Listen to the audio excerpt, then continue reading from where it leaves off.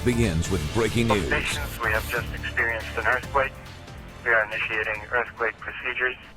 We are updating you on an earthquake that rocked San Diego and parts of Southern California here in just in the last few hours. We want to welcome you here. I'm Virginia Cha. I'm Renee Nelson in for Jason Martinez this morning. That 5.2 magnitude quake's epicenter about 13 miles north of Borrego Springs.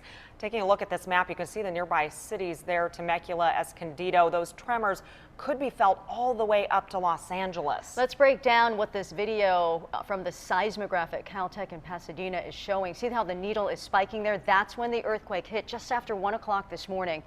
Meteorologist Megan Perry has been tracking the epicenter and sort of getting the latest details on the aftershocks as well. Megan? Yeah, that's right. So this is where it all occurred, just northwest of the Borrego Springs area, magnitude 5.2 as you just heard. And I want to zoom out because within 1 hour, 6 aftershocks were felt, one being the strongest at 3.5 magnitude. And this was along the San Jacinto Fault, one of the most active faults in Southern California.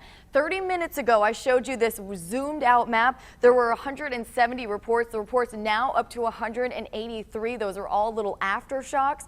So something to keep in mind, you know, you want to stay safe. We're going to have an update with you on how you can stay safe in just a few minutes. In just 8 minutes, I'll have your Friday day planner. Virginia? Thank you, Megan. And we continue to get new video in from that quake. Kristen Keogh is in the 10 News Live Center with surveillance footage showing that violent shaking. Kristen.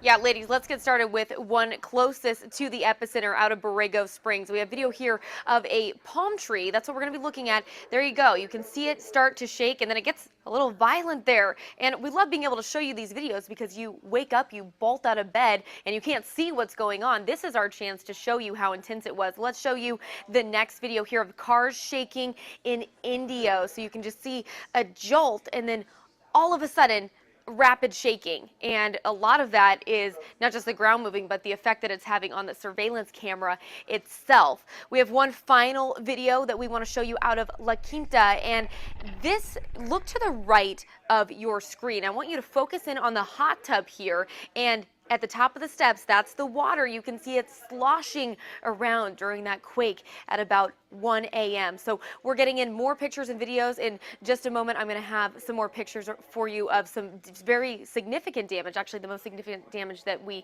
have seen so far coming out of this. That's just in a few minutes. In the Live Center for now, I'm Kristen Keogh. Thank you, Kristen. We continue our team coverage. You know, this is the most significant quake since the Easter quake of 2010. You remember that one? Well, so a lot of people here in San Diego being reminded of parts of San Diego that still need upgrades to make them earthquake-proof. Yeah, 10 News reporter Jared Aarons is live in North Park, where one project is already underway. Jared? Good morning, Renee, Virginia. You can see the North Park water tower behind me looming over the city. It's still standing, but the city says it needs more than $1 million worth of work to be earthquake safe. We did a little inspection of it on our own this morning after the quake, and it looks pretty stable. You can see, though, some tie rods and steel connectors are cracked and corroding.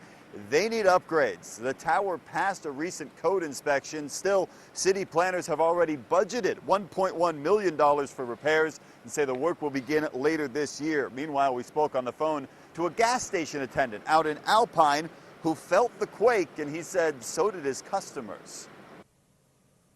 So I was standing outside cleaning the pumps, and then all of a sudden everything just started rumbling, shaking. Like, it was a good one. A customer had pulled in right when it happened.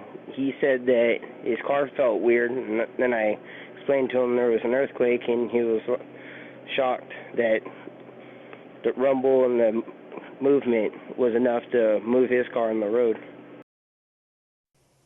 Everybody's going to have their own Where Were You earthquake story this morning. If you want, share them with us. You can send them to us on Facebook or by email. Live in North Park, Jared Aarons, 10 News.